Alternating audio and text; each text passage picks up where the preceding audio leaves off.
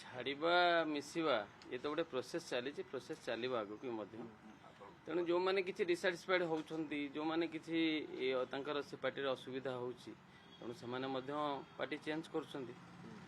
ତେଣୁ ବର୍ତ୍ତମାନ ପ୍ରୋସେସ୍ରେ ଯେହେତୁ ଆଗକୁ ପଞ୍ଚାୟତ ଇଲେକ୍ସନ୍ ଅଛି, ତେଣୁ ବହୁତ ଗୁଡ଼ିଏ ଇକ୍ୱେସନ୍ ଚେଞ୍ଜ ହେବ। ତେଣୁ ସେହି ଅନୁସାରେ ଏ ପ୍ରୋସେସ୍ ଚାଲିଛି। ଭୟ ଆଉ ଲୋଭ ଦେଖିକି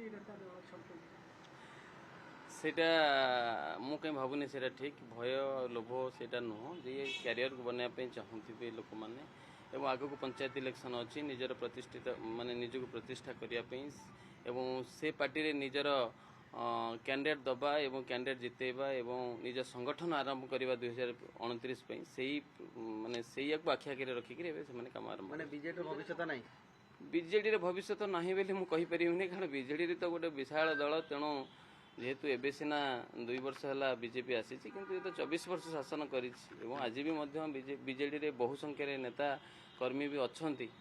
କିନ୍ତୁ ଯେହେତୁ ପ୍ରପର ମ୍ୟାନେଜମେଣ୍ଟରେ ହେଲେ ସେଇଟା ପଞ୍ଚାୟତ ଇଲେକ୍ସନ୍ ଆମେ ସଫଳ ପାଇପାରିବୁ।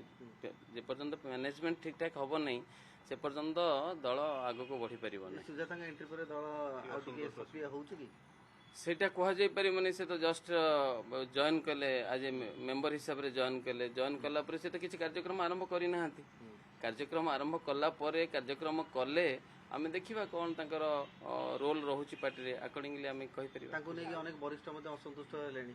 ସେମିତି ସିନା ଆପଣ କହୁଛନ୍ତି ବରିଷ୍ଠ ଅସନ୍ତୁଷ୍ଟ ହେଲେଣି। ଗୋଟିଏ ବରିଷ୍ଠଙ୍କ ନାଁ କୁହନ୍ତୁ ଯିଏ ମୁହଁ ଖୋଲିଛନ୍ତି, ଯେଉଁମାନେ ଆଙ୍କ ପୂର୍ବରୁ ମୁହଁ ଖୋଲୁଥିଲେ। ଇଲେକ୍ସନରେ 2024 ଇଲେକ୍ସନରେ ହାରିବା ପରେ ଯେଉଁମାନେ ସବୁ ମୁହଁ ଖୋଲୁଥିଲେ, ପାର୍ଟି ବିରୋଧରେ କହୁଥିଲେ, ନେତାଙ୍କ ବିରୋଧରେ କହୁଥିଲେ, ଆଜି ସୁଜାତା ମ୍ୟାଡାମ ଜଏନ୍ କଲା ପରେ କେତେଜଣ, ଯଦି ଆପଣମାନେ କହୁଛନ୍ତି ସେମାନେ ଅସନ୍ତୁଷ୍ଟ ଅଛନ୍ତି, କେତେଜଣ ମିଡ଼ିଆ ସାମ୍ନାରେ ଆସି କହିଲେଣି ତାଙ୍କ ବିରୋଧରେ। ତେଣୁ ଯଦି ସେଇଟା ଯଦି ପବ୍ଲିକଲି କହିଥାନ୍ତେ, ମିଡ଼ିଆ ସାମ୍ନାରେ କହିଥାନ୍ତେ, ତାହେଲେ ଆମେ ଭାବିଥାନ୍ତେ ଯେ ନାଇଁ ତାଙ୍କ ସେ ମିଶିବା ଦଳରେ ସିନିୟର ଲୋକମାନଙ୍କର, ସିନିୟର ଲିଡରମାନଙ୍କର ଅସନ୍ତୁଷ୍ଟ ଅଛି ବୋଲି। କାହିଁ ଆମେ ସେମିତି ଦେଖିବାକୁ ପାଉନ।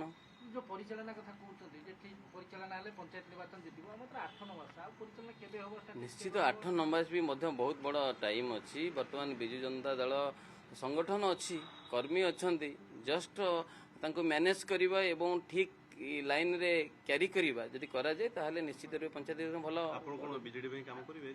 ମୁଁ ତ କାମ କରୁଛି ଏବେ, ମୁଁ ତ ବିଜେଡିରେ ଅଛି। ସସ୍ପେଣ୍ଡ ହେବା ଇଟ୍ ଇଜ୍ ଏ ପ୍ରୋସେସ୍। ପୂର୍ବରୁ ବି ମଧ୍ୟ ବହୁତ ନେତାମାନେ ସସ୍ପେଣ୍ଡ ହେଇଛନ୍ତି, ପୁଣି ତାପରେ ଆସି ନେତା ମନ୍ତ୍ରୀ ବି ହେଇଛନ୍ତି। ନାଇଁ, ମ୍ୟାଡାମକୁ ଦେଖା କରିବାକୁ ମୁଁ ଯାଇନି କି ସେମିତି ବି ମଧ୍ୟ କିଛି ଡିସ୍କସନ୍ ହେଇନି। ପରିଚାଳନା କେବେ ହେବ, କେମିତି ବର୍ଷଟା ଆରମ୍ଭ ହେବା ଦରକାର? ଆପଣ ମଧ୍ୟ ପୂର୍ବରୁ କହିଥିଲେ ନାଇଁ, ଦେଖନ୍ତୁ ବର୍ତ୍ତମାନ ଆରମ୍ଭ ହେବ, ପ୍ରୋସେସ୍ ଆରମ୍ଭ ଧୀରେ ଧୀରେ ହେଲାଣି।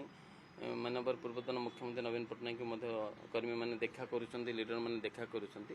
ପ୍ରୋସେସ୍ ଆରମ୍ଭ ହେଇଛି, ପ୍ରୋସେସ୍ ଆଗକୁ ବଢ଼ିବ। ପଞ୍ଚାୟତ ଇଲେକ୍ସନ୍ ଅଛି 8 ମାସ, ନିଶ୍ଚିତ ରୂପେ ବିଜେଡି ଭଲ ପରଫର୍ମ କରିବ। ଆପଣ ପଞ୍ଚାୟତରେ କାହାକୁ ସପୋର୍ଟ ନେଇକି କାମ କରିବେ, ବିଜେଡି ନା ବିଜେପି? ମୁଁ ତ ବାରମ୍ବାର କହୁଛି ମୁଁ ବିଜେଡିରେ ଅଛି। ତେଣୁ ପଞ୍ଚାୟତ ଇଲେକ୍ସନ୍ ବି ମଧ୍ୟ ଏବେ ବି ମଧ୍ୟ ବିଜେଡି କର୍ମୀଙ୍କ ସହିତ ଅଛି, ଲୋକଙ୍କ ସହିତ ଅଛି।